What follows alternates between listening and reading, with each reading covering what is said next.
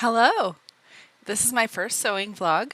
I actually recorded the footage of my sewing process a few weeks ago, but I really hope you like it, and if you do, please like and subscribe. Um, so I'll get started here.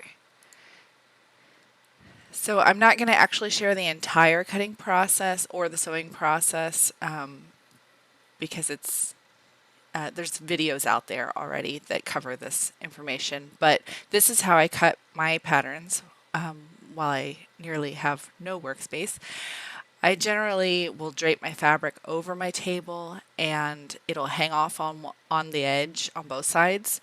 And the fabric is usually too heavy on one side, so I have to put something heavy on it, which is usually my sewing machine, to keep it from sliding off while I'm pinning and cutting. But I like to put all my pieces on the fabric before I start cutting to make sure that it all fits, since I can't lay it out flat on the floor and make sure. But just in case anybody's wondering, I actually got this sewing table. Well, not sewing table. I got this table on Amazon, but it's a fold up card table and it's solid wood. It's really sturdy. I actually use it for sewing and I use it for my laptop and we use it to play board games. So it's really versatile and it folds up and it puts away really nicely and out of sight.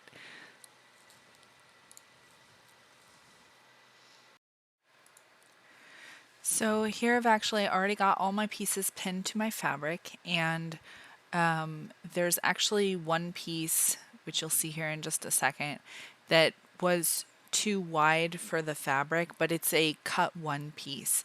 So what I did was I just draped it off my table on the other side, cut my other pieces, and then I spread out the paper. I spread out the fabric and then cut that one piece so that I get the whole thing in one cut.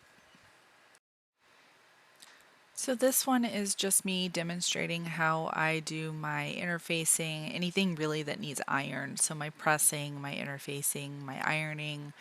I obviously don't have room for a big fold up table or stand up table or however. I don't even know what an ironing board is called other than an ironing board. Is there another name for it? I don't know.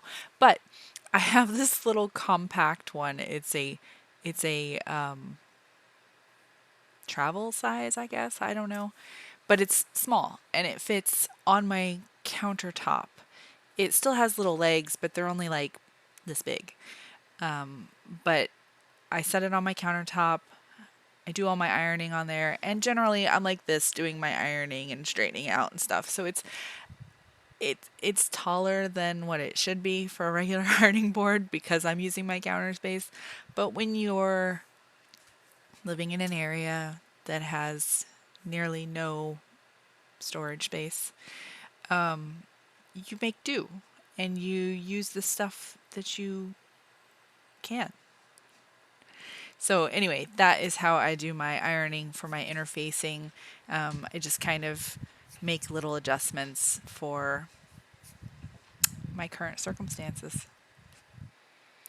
And this little clip is I'm showing how I've started marking my pleats and my darts. I've always been really bad about it, not marking them or marking them poorly and then they don't line up right. And I've found this transfer paper and it's used for fabric, but definitely check and make sure it'll wash out of your fabric because I did have one item that I made that it didn't wash out of and I didn't check it first, so now I have a dark line down my dress.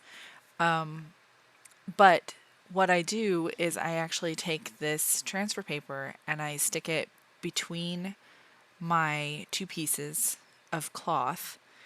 I fold it in half first, and once I have it between them, I'm able to mark over the lines on the pattern with, I don't have one of those tracing wheels, but what I did find is this little tool, and you'll see it here in a second. It's like this long, and it's got a little ball on each end, and I use that ball part and go over the line on my pattern, and that transfers it through to both pieces of fabric and they're already lined up because I didn't unpin them.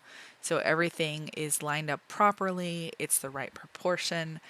But this is the best way I've found to do my darts. If you have a better way, please share, because I've tried the pinning method. I've tried marking it with chalk by folding the pattern, and that never works for me. I still get them all wonky. And also on this, because I use printable patterns, I can reprint if it tears too badly the piece that I need to replace. But I've also found that putting a piece of tape over that and then rolling over it with my tool prevents most of the tearing, so my pattern will last a lot longer. But you can see here that it transferred my mark perfectly to both sides, and I'm able to clearly see it, clearly put my darts where I need to. But that is how I do my darts, just in case you were wondering. Serging. So this is how I serge my edges. I don't own a serger. I don't have room for a serger. I've never used a serger. When I had a house, I didn't have a serger. I really don't think they're necessary because most machines actually have the capability of putting in a zigzag or whatever stitch you want to use to hold your edges.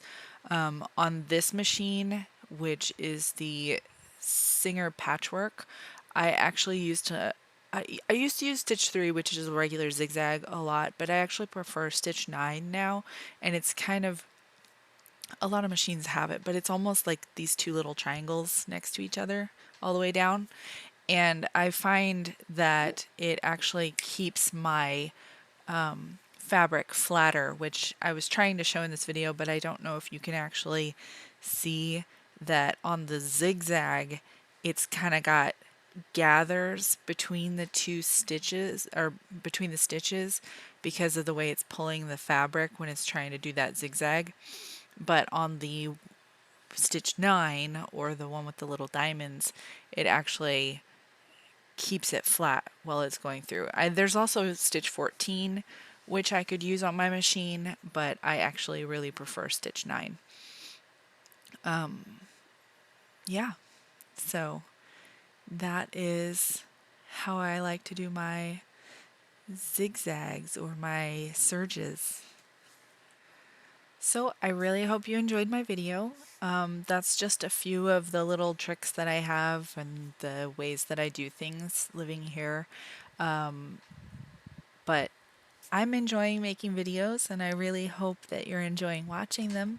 I appreciate feedback if anybody has any, and I really hope you like, subscribe, click the little notify. I'm going to try to upload videos once a week, but I don't have a set schedule, so